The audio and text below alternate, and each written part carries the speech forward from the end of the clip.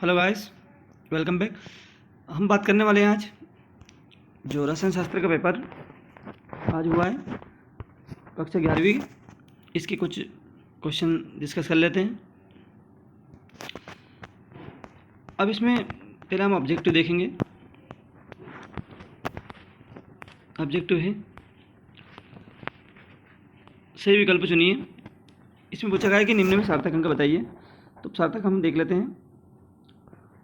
अब ये 3 के बाद डबल जीरो का कोई महत्व नहीं रह जाता है, उसके आगे वाले जीरो को हम काउंट करते हैं। तो इसमें सार्थक अंक हो जाएंगे हमारे 3। इसका जो राइट आंसर हो जाएगा वो ये द नंबर वाला। दूसरा है एक तत्व का परमाणु क्रमांक 11 है, उसके ऑक्साइड की प्रकृति बताइए। तो जो 11 परमाणु क्रमांक होता है हमारे सोडियम का होता है। अगर हम इसके ऑक्साइड की बात करें तो N2O इसका ऑक्साइड हो जाएगा और उसकी प्रकृति हरी हो जाएंगी। नेक्स्ट है धातु एम का इलेक्ट्रॉनिक विन्यास 2882 है, इसके ऑक्साइड का सूत्र लिखिए। तो ये जो एम का मतलब कौन सी मेटल हो जाएगी, और मेटल हमारी 2882 जो होती है वो कैल्शियम है। अगर इसके ऑक्साइड की बात करें तो इसका ऑक्साइड O हो जाएगा। अगर हम इसको एम मान लें तो ये इसके ऑक्साइड का सूत्र हो जाएगा, मतलब हमारा MO सूत्र हो जाएगा। नेक्स्ट है यदि किसी विलेन का pH मान 0 हो तो विलेन कौन सा होगा। अब हम pH मान की बात करें तो pH मान किसी भी परमाणु या अम्लीय और क्षारीयता की हम जानकारी के लिए pH मान का उपयोग करते हैं, pH स्केल का उपयोग करते हैं। इस स्केल में 0 से लेकर के 14 तक के अंक होते हैं। अब इसमें देखा जाए तो ये 0 से अगर बात करें तो अम्लीय प्रकृति का होना चाहिए। हीरे में कार्बन की संयोजकता बताइए। तो हम जानते हैं कि जो हीरा होता है वो कार्बन के अप्रूव है। तो जो हीरा होगा उसमें जबकि कार्बन में 4 संयोजकता होती है, डेफिनेटली हीरे में भी कार्बन की 4 ही संयोजकता होगी। नेक्स्ट है निम्न में से किसमें मैग्नीशियम पाया जाता है। तो जो मैग्नीशियम होता है हमारी क्लोरोफिल होती है, उसमें जटिल यौगिक या संकुल यौगिक के रूप में मैग्नीशियम धातु हमारी पाई जाती है। अगर हीमोग्लोबिन की बात करें तो हीमोग्लोबिन में हमारा आयरन पाया जाएगा, और अगर विटामिन B12 की बात करें तो इसमें कोबाल्ट पाया जाता है, यानी कोबाल्ट इसका नाम हो जाएगा। तो जो हमारा राइट आंसर होगा वो। नेक्स्ट है एल्कोहल निम्नलिखित के साथ समावेशी है। तो 4 ऑप्शन हमारे सामने है, तो हम ईथर को राइट आंसर मानेंगे, क्योंकि अगर हम बात करें, अगर आपने समावेशिता पढ़ी है तो उसमें देखा होगा कि जिनके अनुसूत्र समान होते हैं परंतु श्रृंखलाएं भिन्न भिन्न होती है। अब इसमें समावेशी पूछा है तो हम सूत्र लिख देंगे C2H5O। अगर ये सूत्र की बात कर लें हम, या फिर हम अणुसूत्र की बात कर ले तो C2H6O। अगर ये सूत्र की बात करें तो ये ईथर के भी सूत्र हो सकता है और हमारे एल्कोहल का भी सूत्र हो जाएगा। देख लेते हैं कैसे। C2H5OH और ये हो जाएगा CH3OCH3। अब देखो इसमें कार्बन की संख्या 2 है, इस वाले की बात करें, और इसके बाद हाइड्रोजन की संख्या देखें हम तो हाइड्रोजन इसमें हो जाएंगे 3 और 3 6, और एक ऑक्सीजन हो जाएगा। अब इसमें देख लेते हैं तो इसमें 2 कार्बन हो जाएंगे, ये 2 कार्बन हो गए, हाइड्रोजन 5 और एक 6, ये 6 हो गए, और ऑक्सीजन हो गए। तो इस तरह से इसका राइट आंसर हो जाएगा ईथर। दोनों एक दूसरे के समावेशी या आइसोमर हैं। नेक्स्ट है हमारा 7 ग्राम N2 का NTP पर आयतन क्या होगा। तो इसका राइट आंसर हो जाएगा 22.4 लीटर। उभयधर्मी ऑक्साइड हमारा हो जाएगा Al2O3। अणुरेखी विश्लेषण होता है तो रेखी संरचना की बात कर रहे हैं तो SaCO और O। तो ये जो इसकी जो स्ट्रक्चर होती है वो रेखी होती है, लीनियर होती है। इसका राइट आंसर हो जाएगा CO2। उसके बाद एक यौगिक का उपयोग जल के मृदुकरण में किया जाता है। तो हमारा जो Na6 है, P6O18, कभी कभी इसको इसी भी लिखते हैं Na6O18 P6, इस तरह से भी इसको लिख सकते हैं। तो ये इसका राइट आंसर हो जाएगा। अगला है ज्यामितीय समावेशिता। तो जो हमारा ब्यूट टू इन है वो हमारी ज्यामितीय समावेशिता होती है। ज्यामितीय समावेशिता में आपने देखा होगा 2 तरह की होती है, सिस और ट्रांस। अगर समान समूह एक तरफ जुड़े हैं तो उसको सीज, और अगर वो अपोजिट हो तो उसको ट्रांस कहते हैं।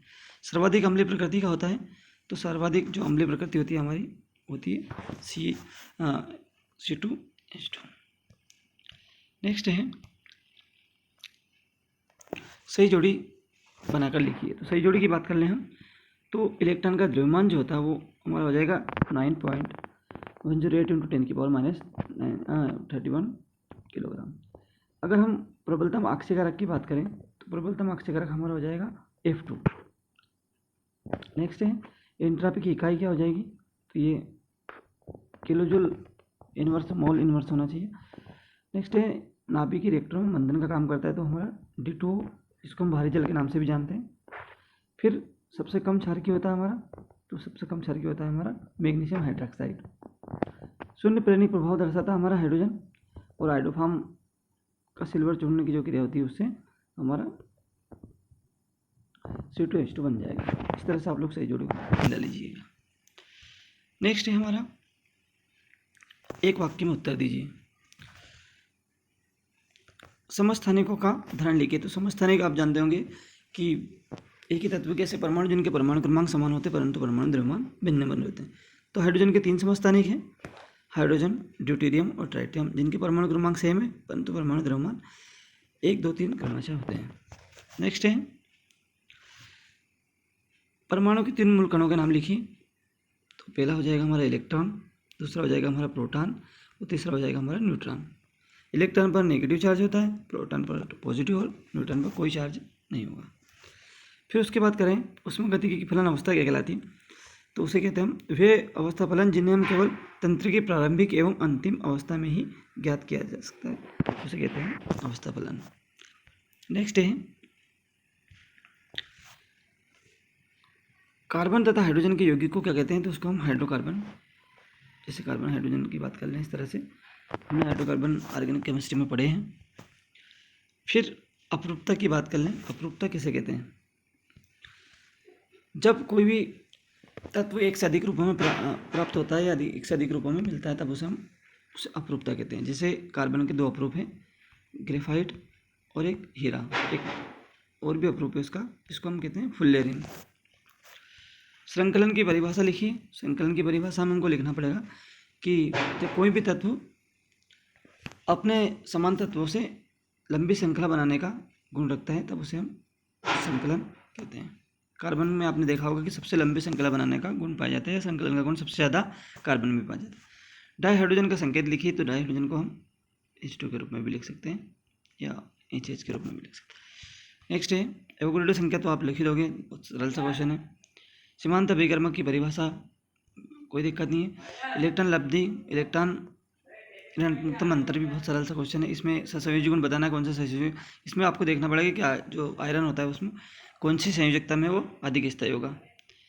फिर उसके बाद में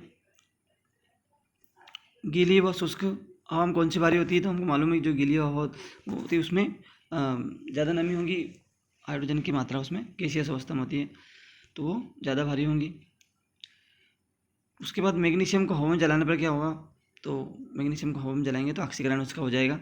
सोडियम का भी ऐसा कैसे ही है कि उसको अगर जल में डाला जाता है तो उसमें ऑक्सीकरण हो जाएगा और आग लग जाएगी।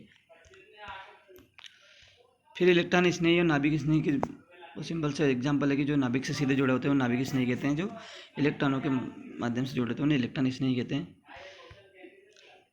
पाउली का वर्जन सिद्धांत भी बहुत सरल था कि किसी भी परमाणु या किसी भी ले सकते हैं कि किन्हीं परमाणु की 2 कक्षा में उपस्थित चारों क्वांटम संख्या को मान कभी भी समान नहीं हो सकते। क्रांतिक ताप, क्रांतिक दाब, क्रांतिक आयतन, ये भी किसी गैस को द्रवित कराने के लिए आवश्यक ताप दाब जो होते हैं वो। पृष्ठ तनाव भी बिल्कुल सरल था कि पृष्ठ के कारण उत्पन्न तनाव को ही पृष्ठ तनाव कहते हैं। द्रव के बहाव में जो रुकावट होती है उसे हम श्यानता के नाम से जानते हैं। उष्णवालकता का तन्वता नियम या पीएच स्केल की बात करें, सोरेनसन ने बताया था कि पीएच स्केल जो होती है वो ऐसे उसमें 7 तक नंबर लिखे होते हैं। अब इसमें अम्लता और क्षारीयता हम इस पीएच स्केल के माध्यम से भी हम बता सकते हैं। अगर पीएच मान 7 से कम है किसी का तो उसको हम अम्लीय प्रकृति का बोलेंगे, किसी का 7 पीएच है तो उसको हम उदासीन नाम दिया जाता है, और किसी का अगर पीएच मान 7.1 से 14 के बीच में तो वो क्षारीय विलयन हो जाएगा। तो इस तरह से पीएच स्केल को हम समझा सकते थे। बेंजीन,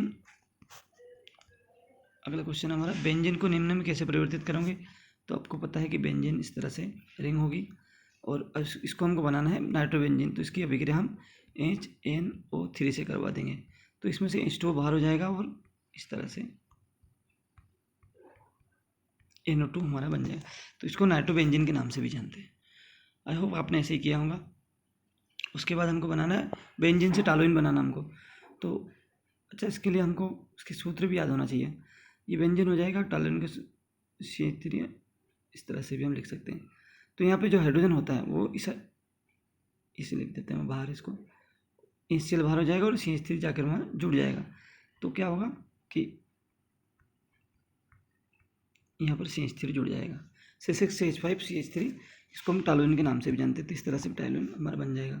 अगर हम बात करें कि एसीटोफिनोन, तो एसीटोफिनोन की अभिक्रिया में एसीटोन से करवा देंगे तो बहुत इजीली बन जाएगा, कोई दिक्कत नहीं। इसका नेम भी आप लिख सकते थे। जब कोई भी रासायनिक प्रक्रम 2 या 2 से अधिक विधियों में या 1 से अधिक पदों में संपन्न होता है, तब संपूर्ण परिवर्तन में उत्पन्न व अवशिष्ट उसकी मात्रा समान होती है, तो कोई ज़्यादा दिक्कत नहीं है। जैसे हम कार्बन डाइऑक्साइड की बात करें तो पहले हम कार्बन मोनोऑक्साइड और ऑक्सीजन की क्रिया करवा के डायरेक्टली भी हम CO2 बना सकते हैं। तो दूसरी विधि ये है कि हम पहले C+O की अभिक्रिया करवा के क्या बनाएं, CO बनाएं, फिर CO की अभिक्रिया फिर ऑक्सीजन से करा के CO2 बनाएं। तो इन 2 पदों में जो ऊर्जा की मात्रा होगी वो और जो एक पद में होगी वो बराबर होंगी। तो इस तरह से हम इसका नेम भी हम बता सकते हैं। यह अभिक्रिया है, इनको पहचानना था आपको कि किस तरह की अभिक्रिया हो रही है, किसका ऑक्सीकरण और किसका अपचयन हो रहा है। नेक्स्ट है एक समूह 13 के तत्वों के परमाणु क्रमांक व परमाणु भार लिखिए। तो परमाणु क्रमांक तो आपको मालूम ही होगा कि पहला जो तत्व होता है वो बोरान होगा, फिर एल्यूमिनियम, गैलियम, इंडियम और थेलियम। परमाणु क्रमांक बहुत इजीली इनमें जोड़ते जाइए, 2 8 18 18 32 का नियम इसमें लागू हो जाएगा। तो आप लोग अब कमेंट्स में बता सकते हैं मुझे वीडियो कैसा लगा, और आपको अगर वीडियो अच्छा लगा हो तो प्लीज़ इसको लाइक करें, शेयर करें और सब्सक्राइब तो कर ही दें। तब तक के लिए थैंक यू।